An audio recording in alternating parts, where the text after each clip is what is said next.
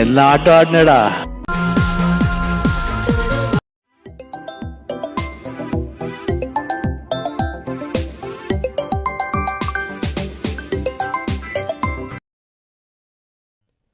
Hello மச்சான்.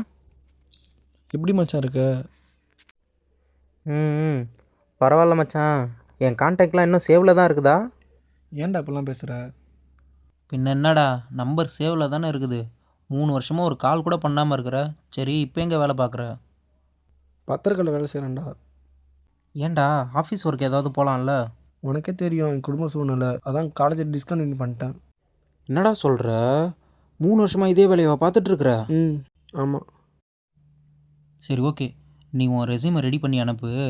அதுக்கேற்ற மாதிரி உனக்கு வேலை நான் பார்த்து கொடுக்குறேன். அப்புறம் நாளைக்கு வீட்டுக்கு வா. உனக்கு காலேஜ் கோர்ஸ் கரஸ்லேயே நான் அப்ளை பண்ணுறேன். ரொம்ப தேங்க்ஸ்டா. மச்சான், எனக்கு உன் மேலே கோவம்லாம் இல்லைடா. நீ ஏன் வந்து பேசுவேன்னு இருந்தேன்டா. என் மேலே தான்டா தப்பு. நான் உன் கூடயே இருந்திருக்கணும்டா. என்னடா பழசெல்லாம் பேசி ஒரு மாதிரி எமோஷனல் ஆக்குற? அதெல்லாம் விட்றா, யாருமே தப்பு சொல்ல முடியாது. சரி அதை விடு. நீங்கள் காலேஜ் படிக்கும்போது ஒரு ஒன் சைட் லவ் பண்ணியே, அது என்னாச்சு?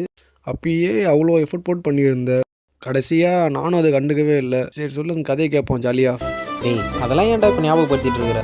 நான் சொல்கிறா பரவாயில்லடா. அது என்னடா கேவலம்? அதோட கேவலமாக அவ்வளோ பண்ணிட்டு இருக்கோம் ஸ்கூலில். சும்மா ஜாலியாக கேட்போம்.